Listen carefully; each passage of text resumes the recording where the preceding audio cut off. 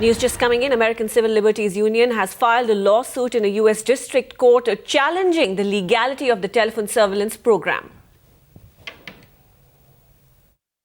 We're suing the government, several branches of the government, the National Security Agency, the FBI, the DOJ, for the unprecedented surveillance that the government is now undertaking to all Verizon customers and, in essence, all Americans. Every time an American makes a phone call now, the government is tracking the calls, they're tracking who we call, when we call, how long we talk, and that's the program that we're challenging. And we're challenging it on behalf of the ACLU.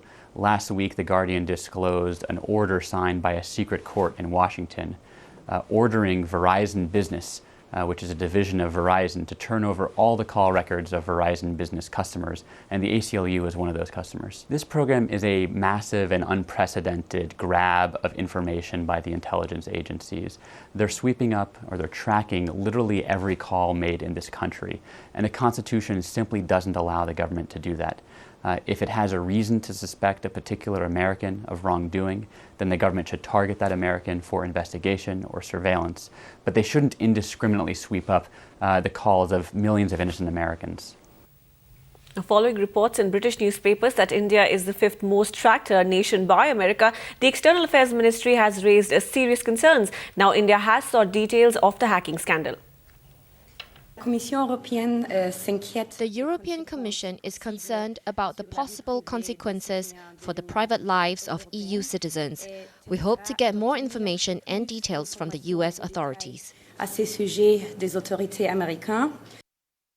He believes that with the oversight that exists and the implementation of the programs as they are implemented, that the balance is appropriately struck, has been appropriately struck, but it is an absolutely appropriate topic for debate.